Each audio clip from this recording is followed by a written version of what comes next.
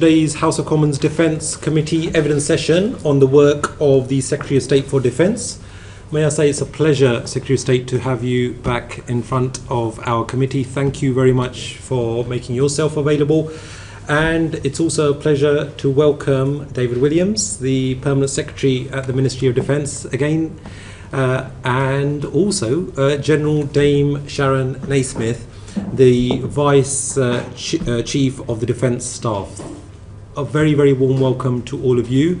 And at the very outset, Secretary of State, may I first of all thank your good self and the Ministry of Defence staff for their cooperation with respect to the various classified and secret briefings that have been provided to us at the Ministry of Defence building, and also the cooperation for the various visits that we have had within the UK as well as abroad. And can you also convey to your ministers for making themselves available for providing regular in-brief briefings to myself as and when there are significant developments, especially international developments. So please do convey that on behalf of our House of Commons Defence Committee to your team. But having said that, I have got a bone to pick to start off with, which relates to the information that is available to the committee. Now, Secretary of State, you'll be aware that during our first interaction back in November of last year, 7 months ago, you rightly said that you want a new relationship with Parliament and with this committee, and you wanted to increase transparency and the flow of information that is provided to us. However, there have been various examples where, unfortunately, that standard has not been met. Now, I can illustrate that with a few examples, if you will. Firstly, we've got the Permanent Secretary here with us. We were promised to have a current headcount of the department and the plans to reduce it, including plans to reduce the number of generals, admirals and air marshals. To date, we have not received that as a committee. Secretary of State, your good self promised to share with the committee the latest Armed Forces Continuous Attitude Survey. We've not received that. General Sir Rob McGowan, he promised to provide information on the percentage of fighting force that was represented by the 10,000 personnel deployed in 50 operations around the globe. We unfortunately have not received that either. And there are several other examples, let me also bring to light our evidence session, Permanent Secretary, in December, where you promised a note on the precise recruitment pipeline timeliness, as well as Capita's recruiting pipeline, as well as a note on the Annington Homes deal. We unfortunately have not received that. In addition, the DE&S war game with industry. The reason why I'm rattling off several examples, Secretary of State, is that I know you are committed to transparency and providing information. However, you can, I think, feel the exasperation and frustration in my voice on behalf of the committee that for over 7 months we have not received those various things. And it's also my understanding that the information is ready to send to us. Unfortunately, it is being held up on account of clearance at some point within the MOD. Do you think that that's acceptable, and what can you do to change that? Well, it's very good to be with you, Mr. Chairman. Thank you for your welcome, and to your committee members. Thank you for the passion, the expertise, the challenge that you bring to defence business in the House. You had invited me to say a few opening words, Mr. Chairman. Perhaps I'll come back to that later, but let me try and deal with the series of points you've put to me at the outset. First of all, of course, I'll pass on the gratitude of the committee, the recognition that over this last year of the classified and secret briefings that you've had, the support for visits, and I hope that at least the longer serving members of the committee will be able to draw a distinction between the level of information, the level of cooperation, that sort of degree of briefing that your committee now has access to compared to previous defence committees that certainly Mr. Twigg served on, and how the government at the time and the department dealt with them then. I assume that you've written to me with a compilation of all those points that you've now raised. It hasn't... Basing on a fortnightly basis. If you've written to me with that compilation you've just put to me, then I apologise because that's not yet come to me, and I will respond to that immediately. But just to say to you on one or two of these things, the Armed Forces Continuous Attitude Survey, the latest version was published in May. That's available to you and your committee, just like it is to us. On the deployed personnel around the world, the most recent figures that I looked at, compared to November, I think you cited the 10,000 from General McGowan. It's somewhere over 8,500 in 38 countries on 50-odd operations. Of course, we can give you, within reason, and with the caveat for clearly special forces and other very highly classified operations, we can give you what data we can on that. And if you've been waiting for that for 7 months, I apologise, and I hadn't realised. And likewise, the recruitment data, if you've been waiting 7 months for that, well, the data you would have got in November has been overtaken by the progress we've made. Still a lot further to go, but I'll make sure that you've got that recruitment and retention data, because that hits to the heart of our ability to deal with the recruitment and retention crisis we inherited after 14 years when, I have sorry to say, the previous set of ministers set recruitment targets for each of the services and missed them in each and every year. Secretary, I appreciate that response, but it would be good to get that in writing so that we can effectively do our work, because otherwise it really hampers our ability to get rid of the backlog and move forward in a meaningful way as well. But also, more generally, it has been discussed about more strategic, long-term things, namely the equipment plan. It was also agreed that last year's annual MOD report and the annual session with the Permanent Secretary, that we're still awaiting that, and likewise with the annual shipbuilding update. All of these things were discussed, and by the way, the annual shipbuilding update, that's 2.5 years ago. We are still none the wiser about that. I know my good friend Geoffrey Clifton Brown and his Public Accounts Committee have raised those issues when our member Derek Twigg was guesting at that particular committee. That issue was raised then as well.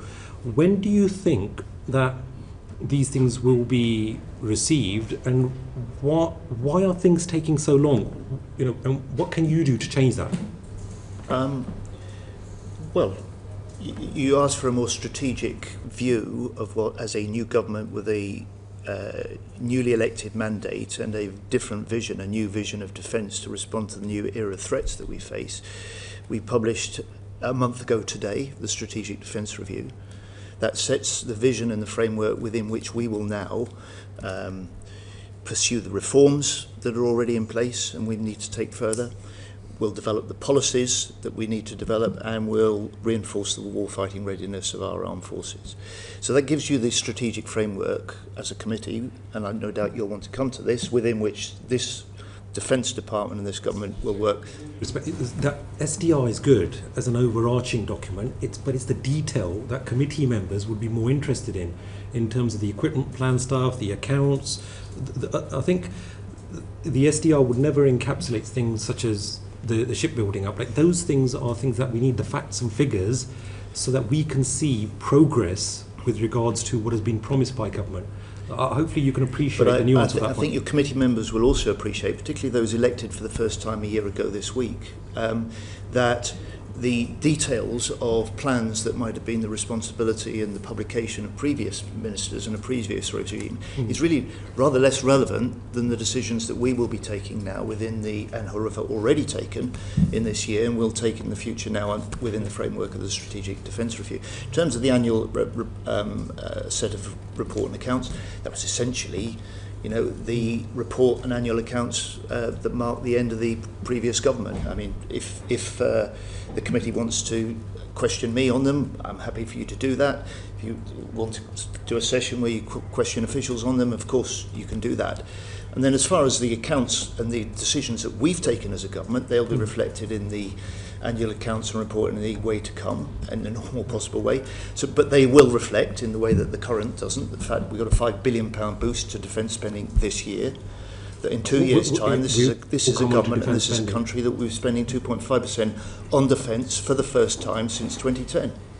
Well, look, now that I've got that off my chest and we've got certain things on record, and I hope that we will be able to get the information, and I thank you for your clarification that is something that you will hopefully get actioned as soon as possible so that we can have that information. Let's now move on to the NATO summit. Oh, sorry, yes. Before we move on, I mean, let me apologise to you and the committee for those bits of follow-up that have been stuck in the system rather than with the Secretary of State.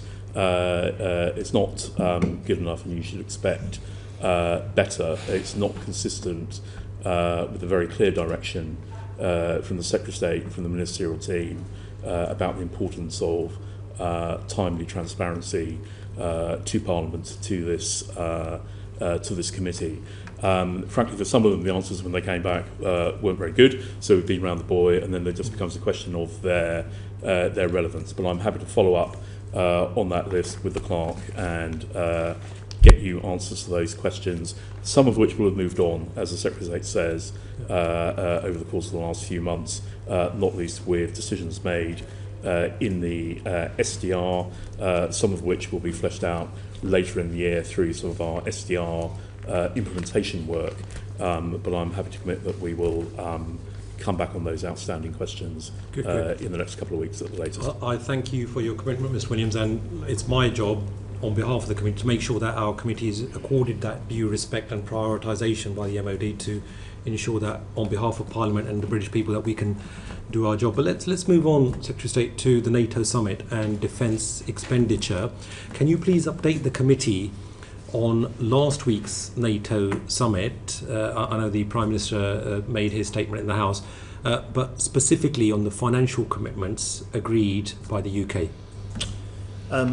By all means, Mr. Chairman, will you permit me a segue at this point to do what you'd invited me to do before the committee, to offer a few opening remarks, not least because you said the committee wants detail, and I can provide a list of the detail of the ways that this is a government and we as a ministerial team and department have been delivering for defence over this first year in government. And starting with the strategic defence review, because that will set the nature and the framework for the exchanges that you and I and your committee will have in the coming years of this Parliament. It represents a generational shift to our approach to defence. It represents a determination to move to warfighting readiness in order to deter the threats that we face and strengthen the Euro-Atlantic security. It is, if you like, the plan for change for defence. It's a plan to step up and lead in NATO. It's a plan that learns the lessons from Ukraine. It's a plan to boost British jobs, British business, British innovation right across the UK. And it's a plan that puts, for the first time for a long time, our defence people at the heart of our defence plans. And this is the way that we'll make our armed forces stronger. It's the way that we will make the British people safer. You may want to come on to the broader questions we face at the moment, but just for now to say we welcome strongly the ceasefire between Iran and Israel. We welcome the reports of a potential ceasefire between Israel and Hamas, and we are working to support those, and we await news of developments. But I say to the committee, on day 1,224 of Putin's illegal invasion of Ukraine, we cannot lose sight of the war in Europe and the fight that the Ukrainians are having to defend their own country. Now, in terms of the year that we've had, I would say to you and the committee, Mr. Chairman, we've been delivering on the manifesto commitments that we made on defence this time last year. The SDR published 2.5% defence investment, 3 years earlier than anyone expected.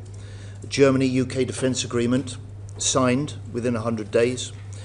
An EU-UK security pact agreed, a national armaments director, post-established, recruitment well advanced, a military strategic headquarters already now established and operating, an armed forces commissioner, legislation passed, recruitment underway, NATO test completed within the 100 days, and Ukraine support stepped up to record levels now in the UK, with at least £4.5 billion in military aid in this year alone.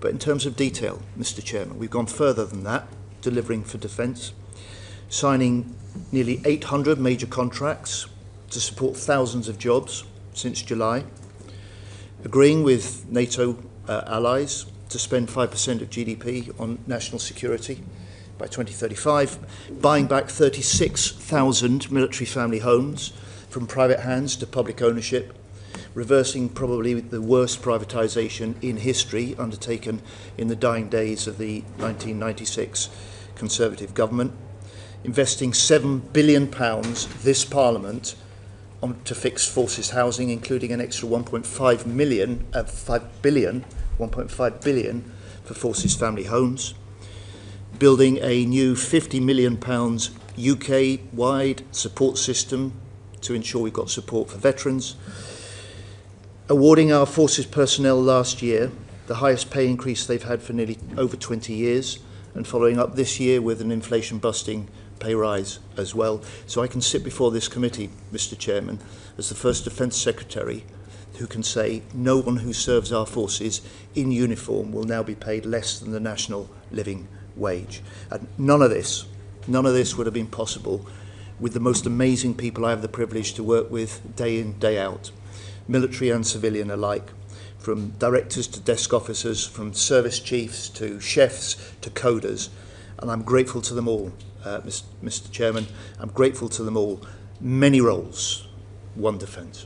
Good. Well, look, thank you for that overall perspective, and we will be going in detail into each of those issues, and it's the committee's intention, including the Middle East developments that you've alluded to. So, but coming back to the NATO summit, are there any other financial commitments that have been agreed by the UK that you would like to highlight to the committee? Because Professor Malcolm Chalmers from RUSI, he estimated that there is an increase in funding from 2.5% to 3.5% of GDP, and that equates to an extra £40 billion annually. So would that extra money accelerate delivery of the current SDR, or will defence's capabilities expand further, and if so, in what areas? So on spending, and the NATO summit, for the first time the 32 NATO allies have recognised, as we argued actually in our election manifesto, we have argued in the Strategic Defence Review and recently in the National Security Strategy, we've argued that an essential part of national security isn't just what the Armed Forces and Defence does, but it's what we do on national resilience, what we do to protect civilian infrastructure, what we do for cyber protections.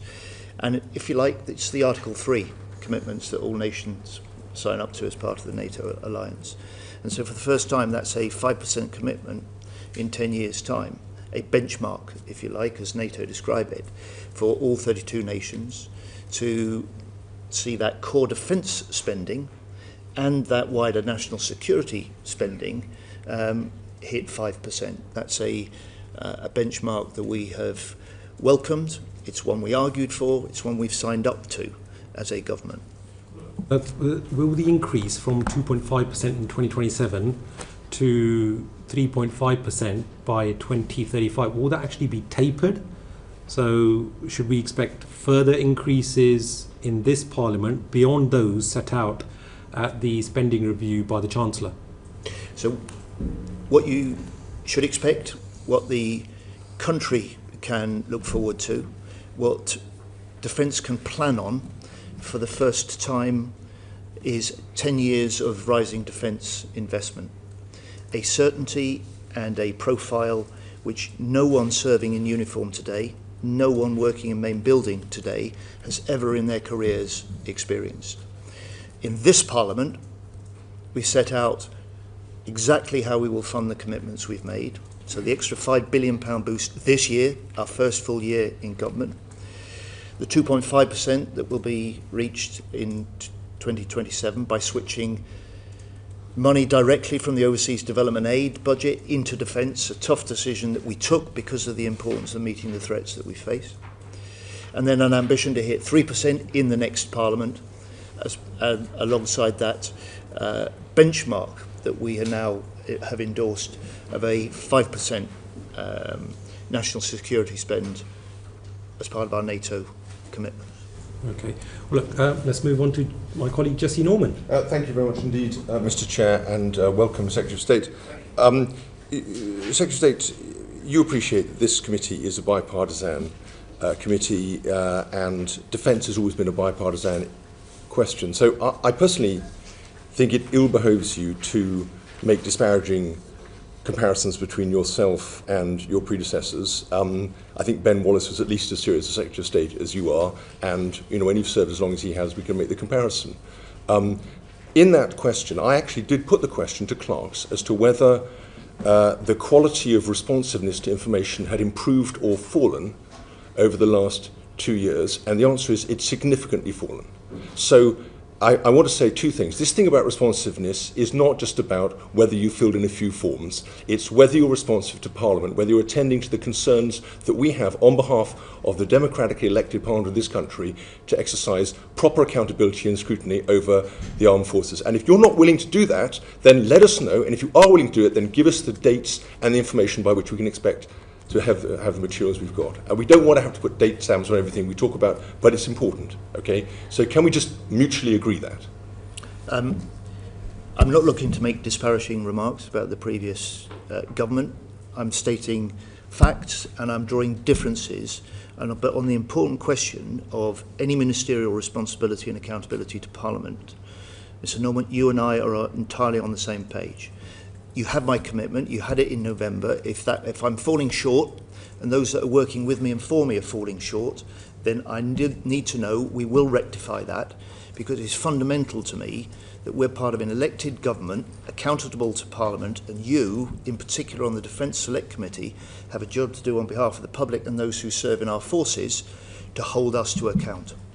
I'm grateful for that, and you appreciate, Secretary of State, what I think everyone on this side appreciates, which is it increases your authority to be responsive to accountable measures put in place and mechanisms by us. On the SDR communications, you wrote to us on the 11th of July to indicate that there had been a problem with the reading room and that was the nature of the communications failure, and that the committee had not received the documents it was supposed to have received until 12 noon, a delay of 2 hours.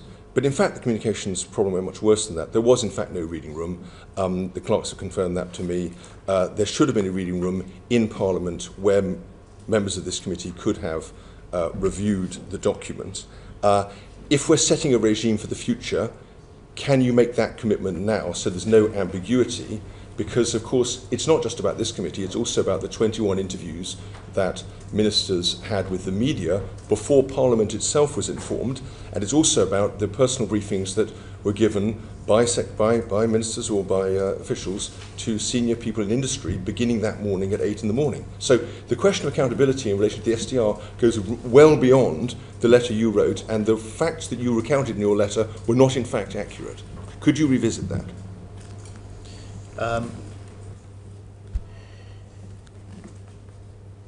I'm not, Mr. Norman, I'm actually not clear what letter you are referring to that I have written to the committee about this. It was a letter that you wrote especially back that if they were, because what was in that letter would be accurate, would be precise, and what we found when we were preparing to release the Strategic Defence Review was that the department had no established systematic procedure for ensuring that those that need and should have access in advance to something as strategic and important as the Strategic Defence Review, there was no system for doing that.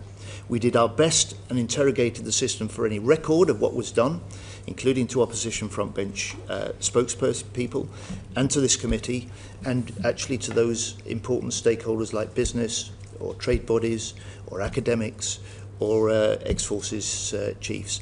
So I have now put in place, and I've confirmed this to the Speaker, I confirmed it in the House, I think last week, that I've put in place now a procedure and a system and I'm content to share a copy with the committee as a follow-up to this session for how in future, for major strategic documents like this, and I would anticipate this next for the Defence Industrial Strategy, and to apply for that, this committee, and then more importantly, more widely, those people leading on defence for the opposition parties in Parliament can expect to have information and briefing and potentially copies of a strategy ahead of a formal statement in the House, on the basis, of course, that they remain that confidentiality is confidential.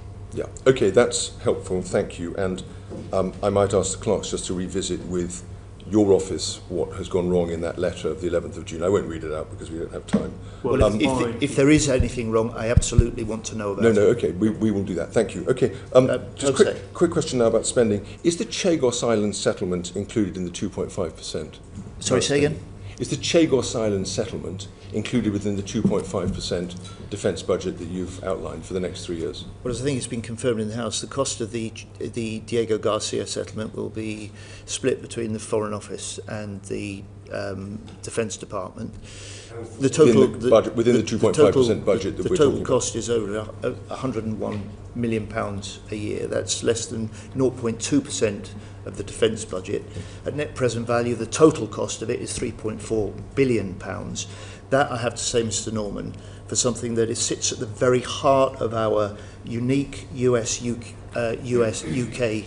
defence intelligence and security relationship, where we do things together on and from Diego Garcia that could not be done anywhere else in the world, is a profoundly good investment for this country, for our alliance, and for that sort of wider security that we can help guarantee. Am I right in thinking that Sizewell C is included within the 1.5% additional defence commitment? I.e. a civilian nuclear power station? Well, that will have. I think we're less than a week, aren't we, since the NATO summit and the agreement. The committee will have had the guidance from NATO, because I promised to send that to the chairman ahead of this session. That, by the way, is NATO guidance, has not been published at the moment, but it gives an indication of the way that NATO is looking at definitions. It does include critical infrastructure. And the whole notion of this 1.5%, this question of national security, is a recognition really of the way the world is changing. It's reflected in the SDR, that our national security isn't just about our defensive security now. You have to take in our cyber security, our energy security, our border security, all arguably things that the public recognises as important parts of a country that is safe, a country that's resilient. So those sort of decisions will come in due course. I can't give you a firm answer now. I can only point to you what the NATO guidance at the moment has been set out. That's helpful. A week ago. In the spending review, current spending in MOD increases by 0.7% a year for the next 3 years. Given that defence inflation will be probably higher, for reasons we know, than regular inflation, this effectively means that the actual amount of new spending that can be incurred on readiness is going to be at least static. How are you going to fund things like the massive increase in drones that we need in order to be anywhere near meeting the lethality targets of the armed forces? Well, many things become possible because of this record increase in defence investment in this Parliament that we haven't seen since the end of the Cold War. Even if it's 0.7% on current spending. Many things become possible, but not everything, and we will settle those in the detailed work we've now started to produce a defence investment plan. But on drones, Mr. Norman, you may have seen, this is an area which was very much highlighted as a autonomy, new innovation, new tech, combining with some of the heavy metal of our traditional platforms, was very much a theme of the Strategic Defence Review. So we have been able to act within just 4 weeks, and I announced that we would increase to £4 billion in this Parliament the investment that we make in autonomy in drones. That's more than double that was in the budget before. It's largely capital expenditure, and we will learn the lessons from Ukraine in being able to develop not just better and produce more drones for Ukraine, which we will do this year. We will increase by at least tenfold the drones that we supply to Ukraine this year. But we will step up the pace of learning those lessons, putting that technology into the hands of our own warfighters, because that's a big contribution to being able to make our forces stronger, more capable of deterring any would-be adversaries, and also starting to lead the way within NATO for the way that this new realm of autonomy, which I have to say, working as closely as we do uniquely with Ukraine, are probably best placed within the NATO alliance to understand and to implement. If I may, just to supplement the Defence Secretary's comments, so for certain categories of drones, as the Defence Secretary said, actually it's capital investment, and our annual growth, real terms growth in our capital budget over the spending review period is around 7% a year. So the capital budget is growing rather higher. For those drones that might be funded through current expenditure, to use your phrase, one-way attack drones, for example, that will be covered within our munitions pipeline. We've set aside money in the SDR for munitions always on production. So whether it's artillery shells or one-way attack drones, those will come out of that heading. If we now move on to the F-35As, Derek Twigg, please. Secretary of State, the purchase of the F-35A presents a change in the UK's nuclear posture. But the use of that deterrent will require the US backing. Why has the government decided to pursue this approach rather than a new sovereign nuclear capability? You're right, Mr. Twigg, it is a change in our posture. Some have described it as the most significant change in our nuclear posture for a generation. It is alongside and additional and separate from our continuing total commitment to our independent nuclear deterrent delivered through CASD. And it is a recognition that this is a way that the UK can recognise the rising nuclear risks that we face as part of the increasing general threats, that we can step up and play a stronger role within NATO, and that we can help in this way reinforce the deterrent strength of our NATO alliance. Can I ask, is it still the plans to purchase a total of 138 F-35s? And can we expect the F-35A to make up the greater proportion of that purchase?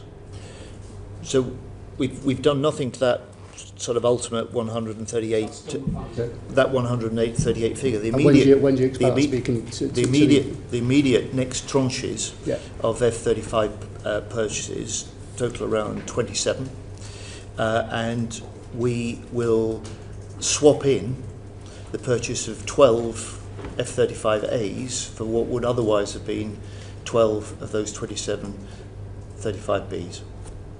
And when will we have actually purchased the 138? I would expect those F-35As to start being delivered before the end of the decade.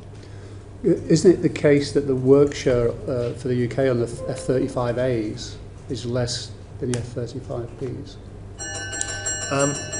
Is that us?